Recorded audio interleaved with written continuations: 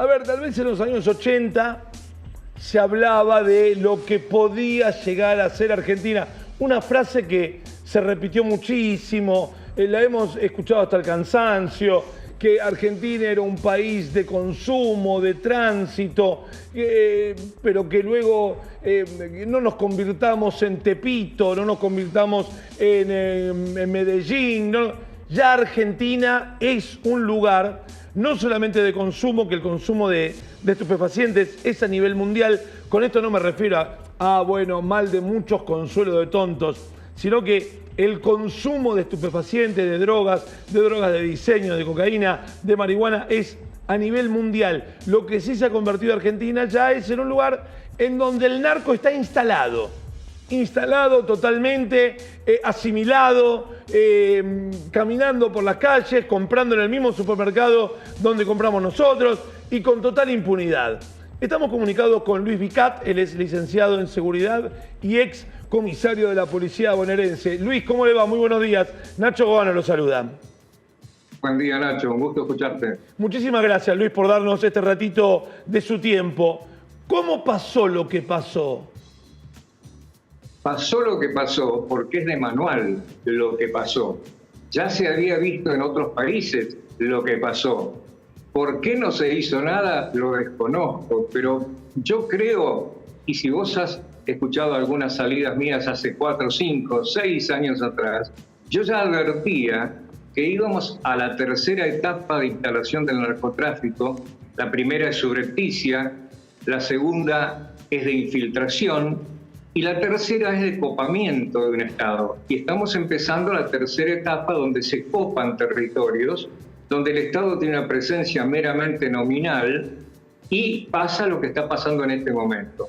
Pobres contra pobres, la sociedad empobrecida que reacciona espasmódicamente, amenazas, asesinatos que ponen a Rosario entre una de las ciudades más peligrosas del mundo, el cambio de paradigmas en el turismo, que nos convierte en un país peligroso para ciertas embajadas que recomiendan a sus ciudadanos no visitarnos, con lo cual la industria del turismo se ve afectada.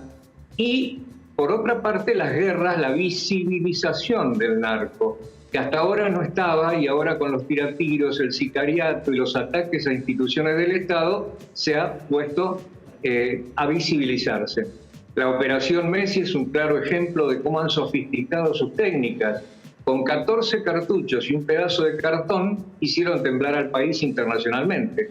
Es decir, realmente me hace acordar a la Colombia de Gaviria, me hace acordar a México. Yo alguna vez hablé de la mexicanización, casi me matan. Por suerte Bergoglio dijo lo mismo, cuidado con México, así que por suerte tuve ese apoyo inesperado en cuanto a la opinión. Pero estamos en una situación de quiebre y de pulseada entre el Estado y el narco, por lo menos en el talón de Aquiles de la bota santafesina que es Rosario.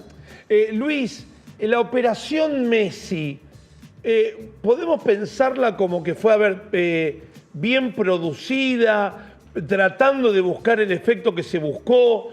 ¿A quién va dirigido? Porque, digo, Rosario, por citar un ejemplo lamentable, pero viene sufriendo, o sea, tuvo 250 y pico de muertes antes del cartel que dijera Messi. Entonces es como que de golpe, como tocaron al campeón del mundo, pasa algo en Rosario. Al revés. Pasaron un montón de cosas. El dueño del supermercado se llamaba Juan Pérez y esto no pasaba sin pena ni gloria, claro, como una noticia policial más. Mataron al dueño del supermercado, y otro más. ¿Cuántos fueron hoy? 2, 3. La operación Messi se denomina de blanco transversal.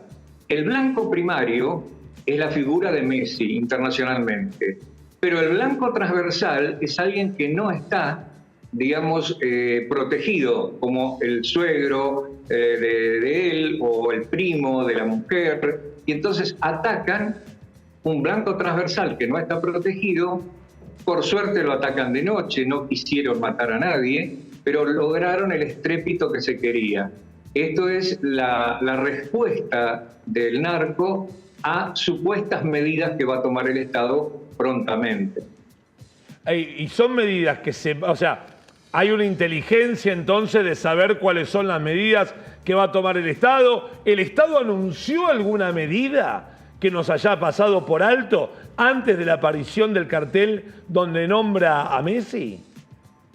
Se habían hecho anuncios, en general los anuncios pasan por lo logístico y de personal, es decir, se dan más patrullas, se dan más gendarmes, más fuerzas federales que ocupan territorio. Esto, digo, a nivel táctico no está mal intrínsecamente, pero si no está acompañado de lo que se llama inteligencia criminal preventiva, que trabaje fuertemente sobre los nodos predelictuales y delictuales y sobre estos protocarteles que ya tenemos aquí, realmente el efecto que van a producir es este: el efecto réplica, el efecto de montarse en extorsiones, bandas de mucha menor calidad, montarse en este tipo de situaciones para extorsionar también. No nos olvidemos que el narco ha evolucionado y ya ha diversificado sus operaciones, tiene secuestros, extorsiones, amenazas, balaceras y ataques a instituciones del Estado. Esto es lo más grave. Entonces, primero, por ahora tenemos los cartones, que son el equivalente a las narcomantas mexicanas. La diferencia con las narcomantas que estas son mucho más horrendas porque se ponen en los puentes con cadáveres y entonces esa es la manera que tiene el narco de comunicar. Acá por ahora vemos una cuestión casi naif de comunicación con cartones, pero esperemos que no sigan el ejemplo de México. Luis, buenos días. Nieves Otero te saluda. Estamos siempre hablando de Rosario y cómo replica esto en el resto del país y cómo, si es posible, que se extienda en otros territorios.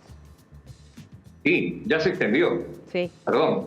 Ya se extendió porque, por ejemplo, en San Martín hemos tenido otro remedo del narco mexicano. Me hacen acordar a las huestes del señor Mencho en México, pero ellos con camionetas blindadas y ametralladoras antiaéreas, pero acá hubo un grupúsculo disfrazado con caretas que también declaraba la guerra a otra facción y con esto se visibilizaba.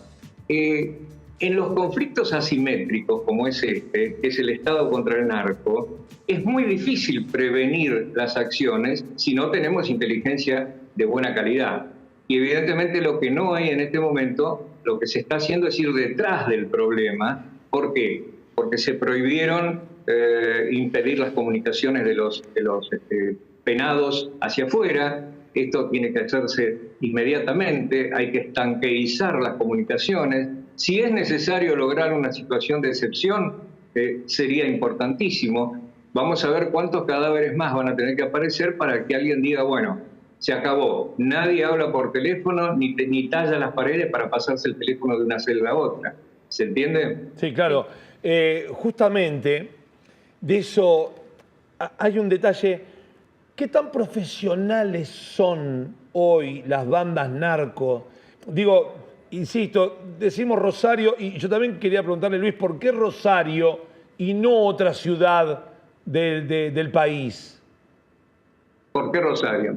Porque Rosario es una privilegiada y una ciudad maldita al mismo tiempo, por sus privilegios. ¿Por qué? Por la Ruta 34, por la Ruta 9, por las vías de comunicación que ahora está usando ya el narco brasileño, el primer comando de la capital, que se mueve tranquilamente por el país, y también tiene 34 puertos privados, un puerto oficial, la hidrovía, que es una especie de 9 de julio para la droga, vía acuática, y tiene territorios donde ya el Estado no penetra.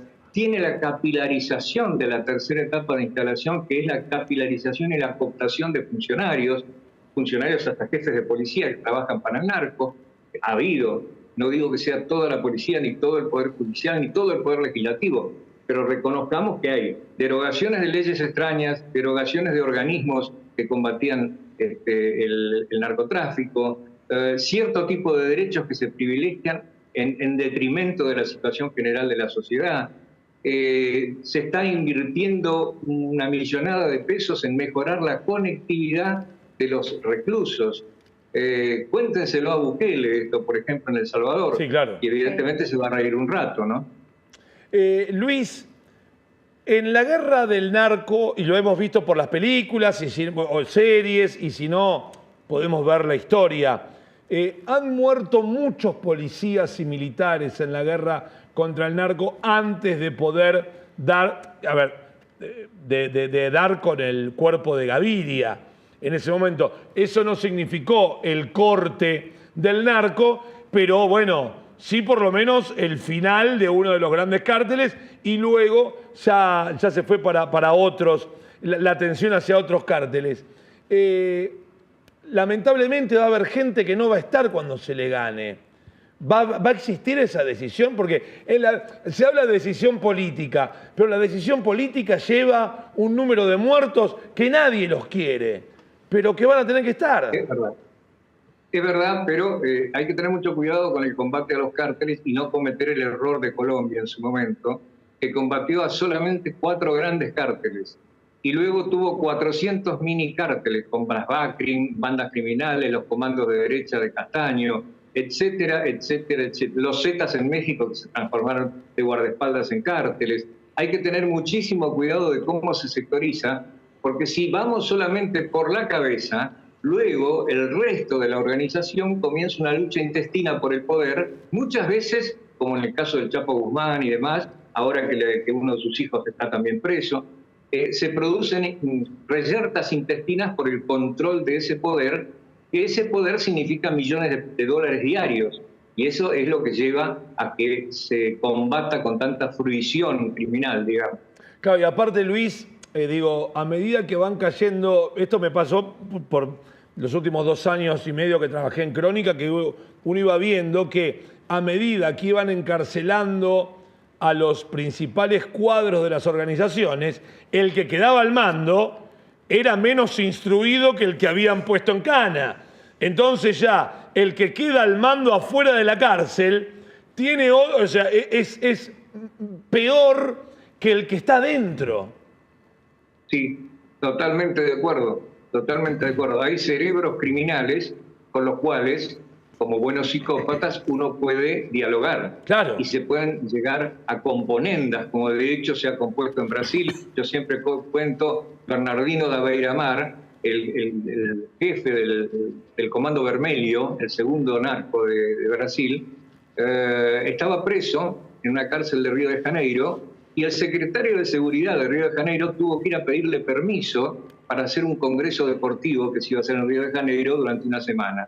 Y Bernardino lo miró y le dijo, bueno, le doy permiso, en su lujosa biblioteca de 400 volúmenes dentro de su celda, y le dijo, pero a la larga vamos a ganar, porque nosotros somos distintos. Ustedes están prisioneros de una serie de convenciones y nosotros no tenemos convenciones. Claro. Por eso vamos a ganar a la larga. Toda una historia, ¿no? Mi Dios, qué miedo, Luis. Le agradezco enormemente su tiempo. Que tenga un gran día. Hasta siempre, Nacho. Muchísimas gracias.